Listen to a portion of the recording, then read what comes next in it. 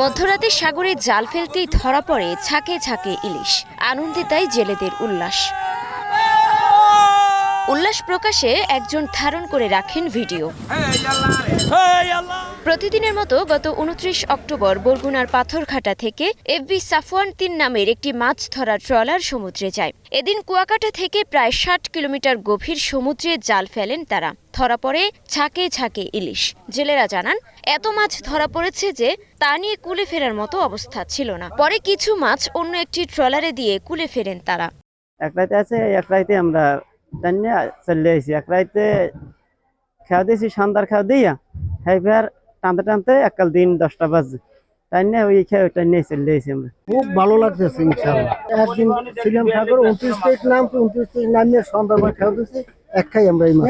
এরকমের বছর আর পাইনি, এক খাওয়া দিয়ে মাছ পাইছি, অনেক বাজছে। আল্লাহ খুব খুশি, আল্লাহ দিয়েছে, ভালো লাগছে, খুব ভালো লাগছে। শুক্রবার জেলেরা সেই মাছ নিয়ে আসেন পাথরঘাটা মৎস্য অবতরণ কেন্দ্রে। বিক্রি করেন প্রায় $1.5 কোটি টাকা। একসঙ্গে এত মাছ পেয়ে খুশি জেলেরা। মাছ অনেকদিন ছিল না, এখন মাছ হয়েছে ১-১.৫ মন মাছ হয়েছে একটা বোর্ডে, ১৫০ মনের ওভার। এই জন্য রিজিকে ফসলা আমি ব্যবসায়ী, যারা শ্রমিক আছে তাদের, তারা পরিবহন আছে পরিবহন, সবাই মিলে আমরা আসলে এই রিজিকের ব্যবস্থা এর থেকেই হয়। আমরা চাই যে আল্লাহ আরো রিজিক বাড়াই দেব আমাদের। মৎস্য গবেষকরা জানান, ইলিশ একসঙ্গে ঝাঁক বেঁধে চলাচল করে, তেমনি কোনো একটি ঝাঁক পড়েছিল জেলেদের জালে। সাধারণত আমরা জানি যে ইলিশ মাছ হচ্ছে স্কুল ফর্ম করে থাকে, অর্থাৎ বড় বড় ঝাঁকে থাকে।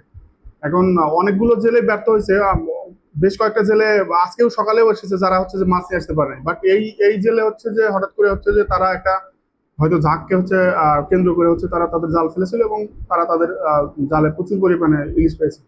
পাথরঘাটা মৎস্য অবতরণ কেন্দ্রে বিক্রি করা মাছের মোট দামের শতকরা ১.২৫% রাজস্ব নেয় সরকার।